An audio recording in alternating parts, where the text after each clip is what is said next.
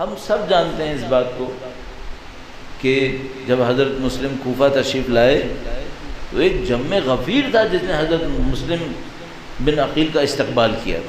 ہم سب جانتے ہیں کہ امام کی نصرت کے لیے تیاری کا اعلان کرنے کے لیے جو خطوط لکھے گئے وہ سینکڑوں میں نہیں تھے، وہ ہزاروں میں تھے، شاید دسیوں ہزار میں تھے، اور ایک ایک خط کے نیچے ایک ایک سگنیچر نہیں تھا، بعض اوقات ایک ایک خط کے نیچے سینکڑوں لوگوں نے سائن کیے ہوئے تھے.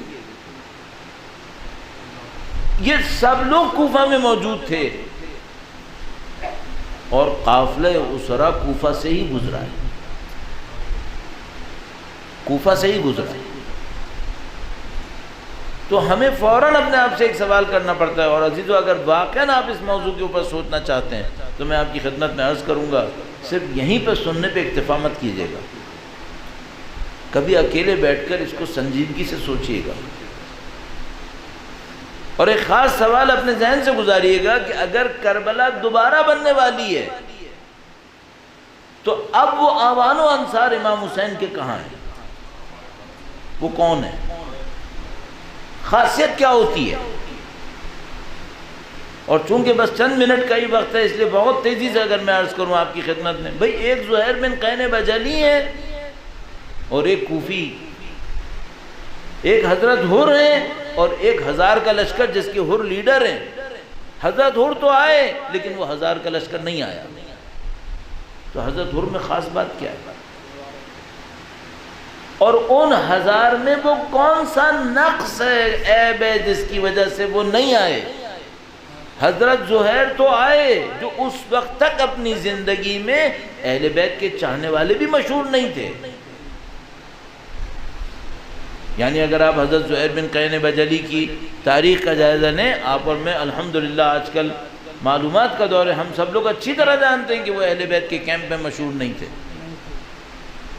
وہ تو تشریف لائے لیکن بہت سارے لوگ جو مشہور تھے کہ اہل بیت کے کیمپ کے اندر کے ہیں وہ لوگ نہیں آئے، بڑے بڑے لوگ نہیں آئے.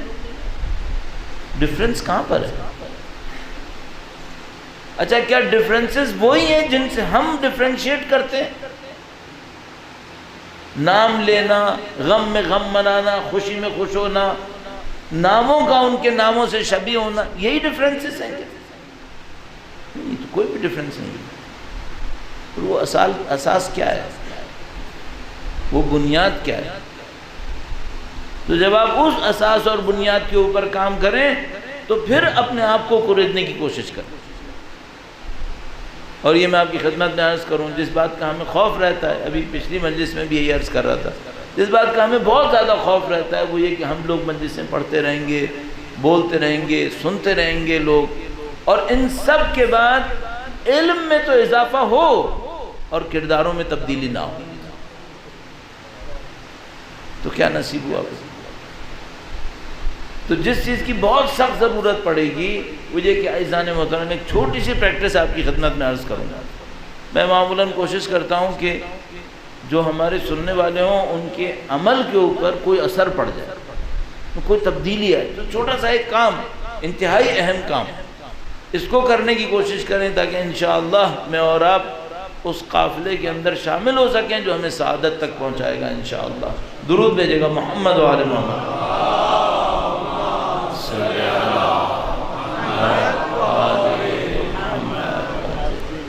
مختصر سا ایک کام کر لیجئے،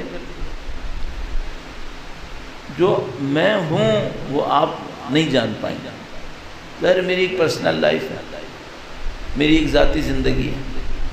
اس ذاتی زندگی میں لوگوں کے سامنے کچھ ہو سکتا ہوں اور اندر کچھ اور ہو سکتا ہوں، یہ ممکن ہے. چاہے کوئی ایسا آدمی بھی ہو کہ جو 10 گھنٹے 12 گھنٹے پبلک اپیئرنس کے سامنے ہو، وہ بھی 2 انسان ہو سکتا ہے.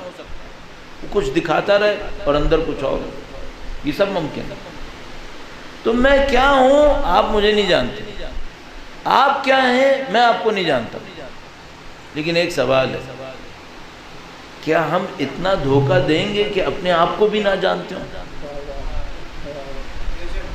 یہ تو نہیں ہو پائے گا نا. اپنے آپ کو تو جانتے ہوں گا. یہ جو میں نے آپ کی خدمت میں عرض کیا اور آپ نے اسے قبول کیا،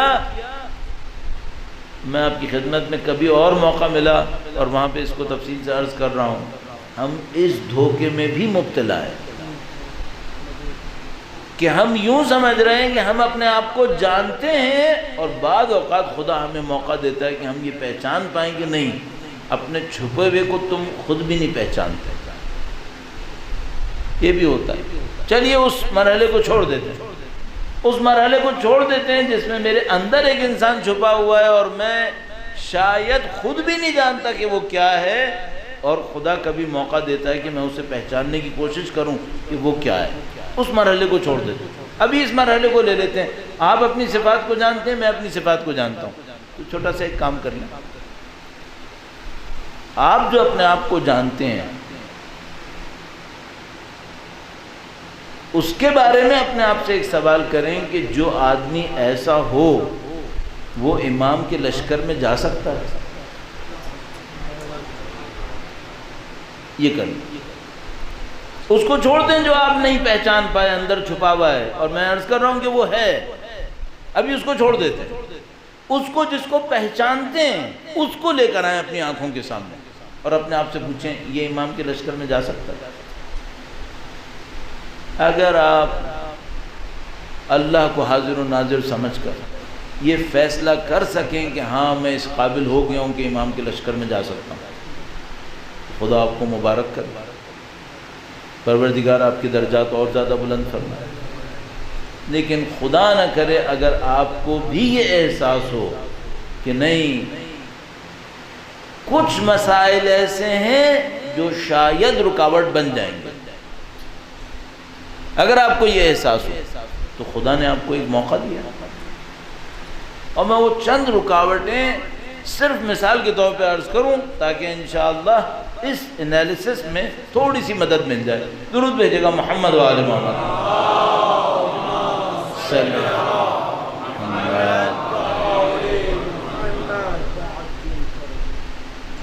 میں اس معاملے کو کئی دفعہ مختلف انداز میں عرض کرتا ہوں، بہت مختصر کرتے ہوئے عرض کروں گا۔ ہم سب جانتے ہیں امام تشریف لائیں گے، ایک لشکر ہوگا جو امام کی ہمراہی میں دنیا کے کفر سے، دنیا کے نفاق سے، دنیا کے ظلم سے مقابلہ کرے گا۔ اگر میں آپ سے یہ کہوں کہ وہ جو امام کا لشکر بنے گا جو پوری دنیا کے ظلم سے ٹکرائے گا، اس لشکر میں ایک آدمی ہوگا جو جھوٹا ہوگا، اگر میں آپ سے کہوں، آپ کا ذہن قبول کرتا ہے؟ اچھا، اگر میں آپ سے یہ کہوں کہ اس لشکر میں ایک آدمی ہوگا جس نے کسی کا مال غصب کیا ہوا ہوگا،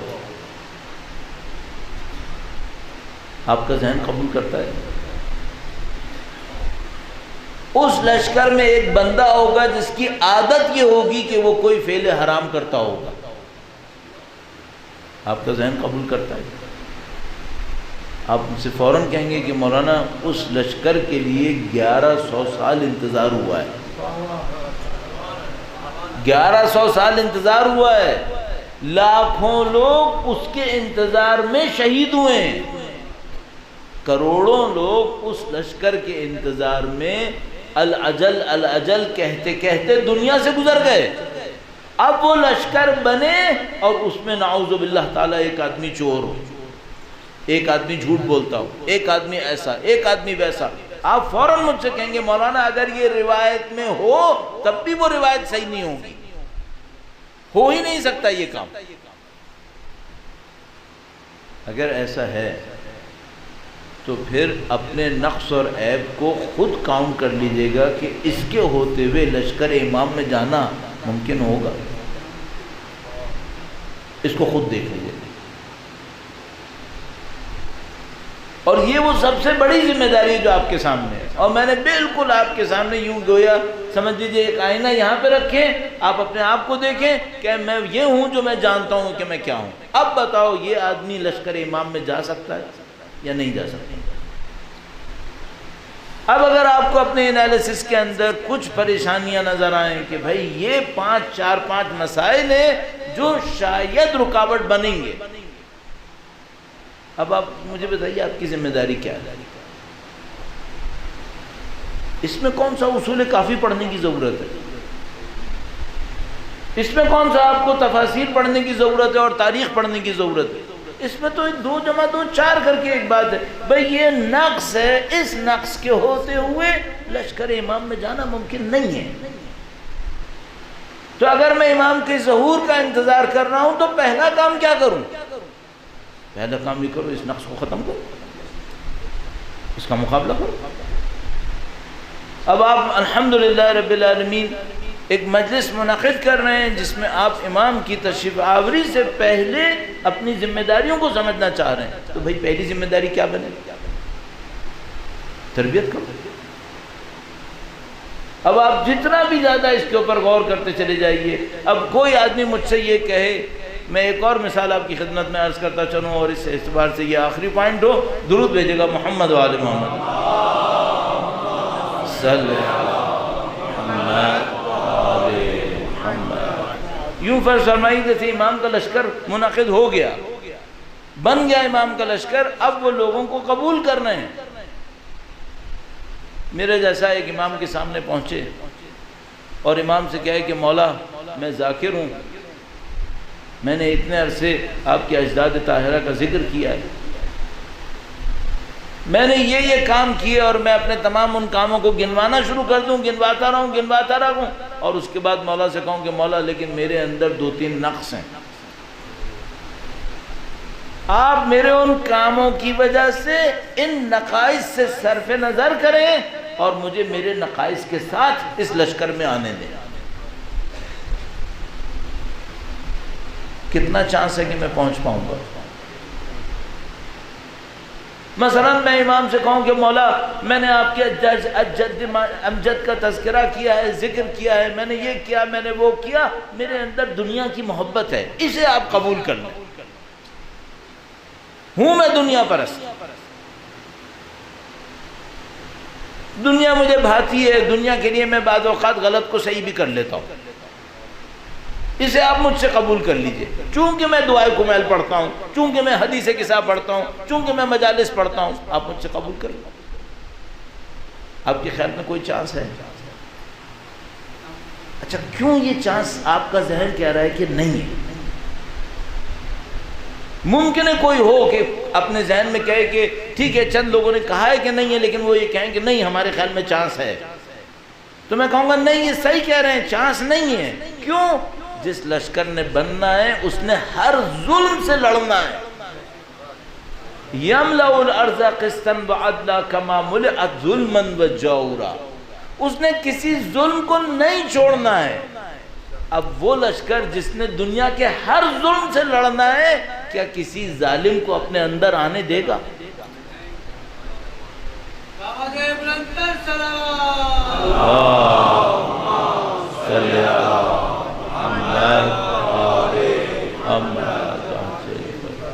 بس عزیزان محترم یہی پیغام، اصل معاملہ یہی۔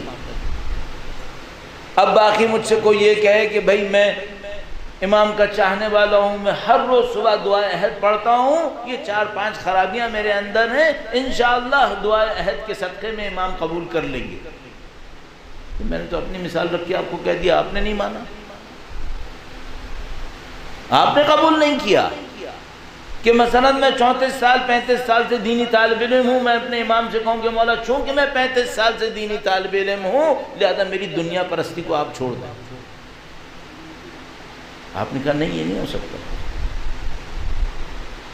بس اس سے سمجھ لیں کہ آوان و انصار کی کمی تھی کیوں، اس وجہ سے کمی تھی۔ اگر یہ معاملہ نہ ہوتا نا پھر آوان و انصار کی کوئی کمی نہیں تھی۔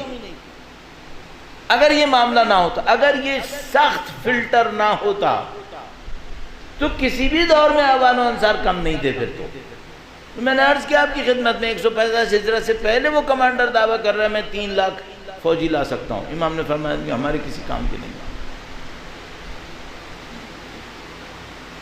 اصل معاملہ یہی، اب آپ اس کو کس انداز میں لیں گے، اس پہ کس طرح سے محنت کریں گے، یہ آپ کا کام ہے۔ اپنے نقائص کا جائزہ لیجیے، اپنے نقائص کو اگر ممکن ہے لسٹ کر دیں، اس کے اوپر پلان کر دیں، اس کی اصلاح کیسے ہوں گے۔ اور یہ میں آپ کی خدمت میں اور عرض کرتا چلوں کہ دنیا میں بہت سارے کام بظاہر بہت مشکل لگتے ہیں، آسان۔ انسان کا اپنے آپ کو سنوار لینا یہ بہت مشکل ہے، باقی سب بہت آسان ہے اس کے مقابلے میں۔ تو آپ جتنے بھی کام کہیں گے دنیا کے اعتبار سے وہ سب آسان ہوتے چلے جائیں گے جب ان کا مقابلہ تہذیب نفس سے ہوگا، جب ان کا مقابلہ اس سے ہوگا۔